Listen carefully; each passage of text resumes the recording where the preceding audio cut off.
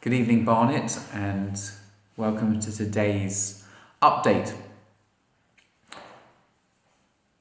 Our thoughts and prayers go to Simon Barnet, who's sitting shiva for his mum, and we'll let you know about ways to connect to Simon, possibly via a Zoom shiva for tomorrow evening.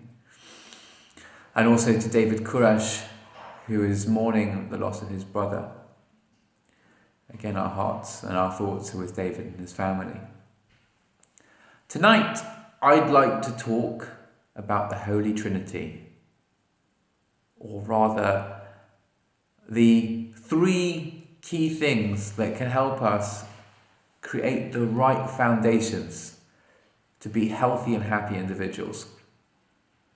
I'm reminded again, one more time, of that medrash about the Jews when they were in Egypt. They didn't lose three key things. They didn't lose their names, their language, or their dress.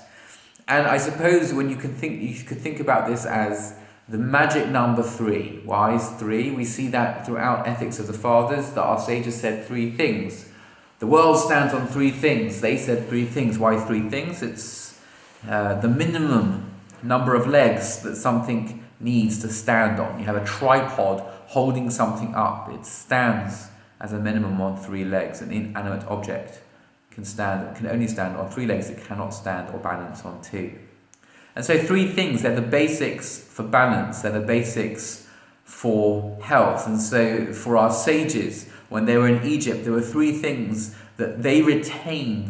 They retained the foundations of Jewish national existence: language, names, dress. They retained the basic foundations of their identity.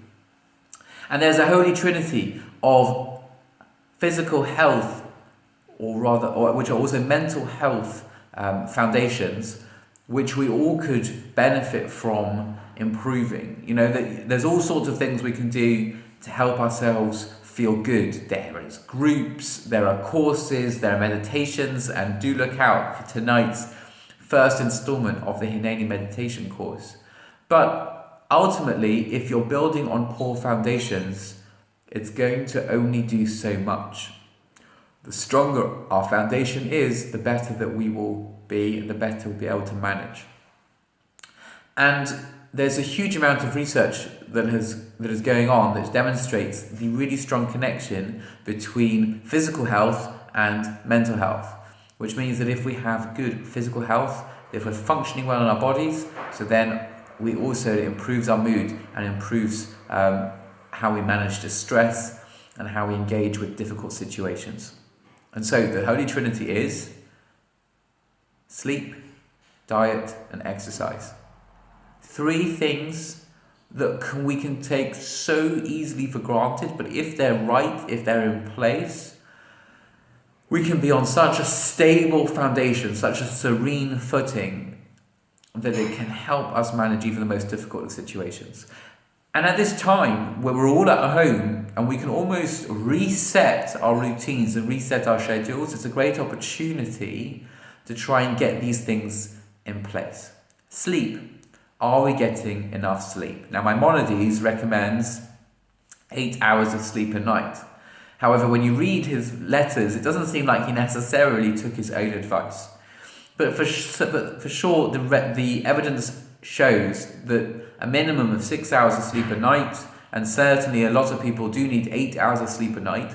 And if we don't get that, we're not going to function or be as effective and efficient as we can be the next day. And it's always, sometimes people think that they can bank sleep, that they can have a couple of nights of a good amount of sleep and then a few nights of poor sleep. And it's not the case. You need to have consistently 6 to 8 hours of sleep every night. So that's the first foundation, the first leg. The next is diet. Eating the right things, eating healthily, eating clean. Our bodies, our gut actually, there's more and more research showing how our gut is connected to our brain. There are neurons that literally are innervated from our brain directly to our gut, and that sometimes even the quality of the bacteria in our gut can affect the quality of our mood.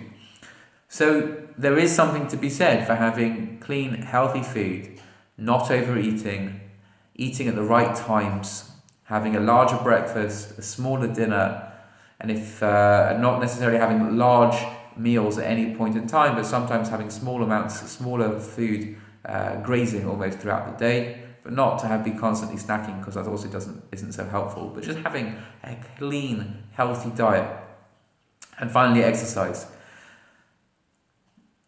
The research demonstrates that something like 150 minutes of exercise each week, that should be exercise that can bring you to panting, that sort of level of intensity. You can extend that to be lower intensity exercise for longer during the week, but regular exercise throughout the week can really change, again, how our bodies are feeling and therefore how we are feeling. Exercise releases endorphins, it makes us feel happier, it makes us feel healthier.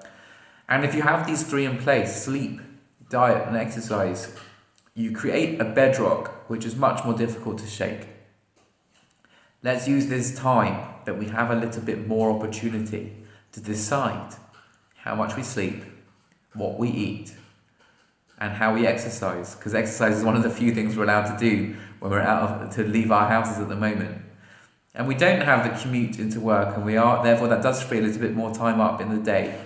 Let's just get these things tweaked so that Holy Trinity is protecting us, that we're standing on those three legs, and that then we have that bedrock to manage the most difficult of situations. Good night.